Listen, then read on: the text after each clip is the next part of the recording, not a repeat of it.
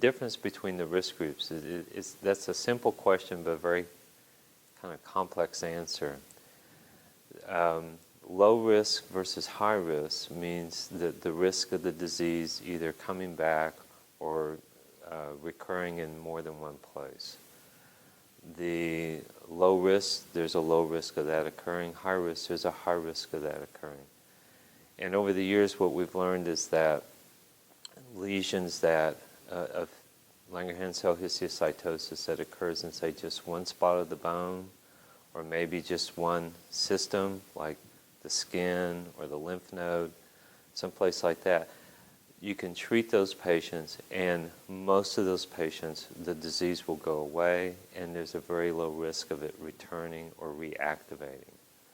Whereas high risk usually implies that there's more than one organ system involved, and in particular what we call the risk organs, which are the blood-forming organ, the bone marrow, the liver, or the spleen. If one of those systems is involved, the risk of the disease recurring or not responding to treatment is very high. And so they tend to be treated with much more aggressive therapy.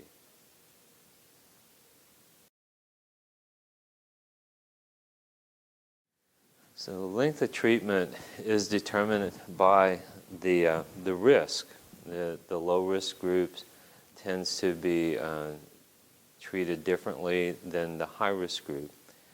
But that also gets to the intensity of the treatment. For instance, high risk groups, maybe the treatment may not seem as long, but the intensity of the therapy is much more. What we call low risk patients, or patients with, say, bone or multifocal bone, or a risk area, say the facial bones.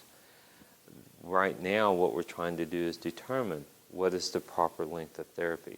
Is 6 months sufficient? Is 12 months sufficient? Or is 24 months necessary of treatment? And so, based on some previous information, we know that some patients probably need 12 months of therapy, but maybe the risk of it returning would be less if they received 24 months of therapy. So the current study is trying to answer that question.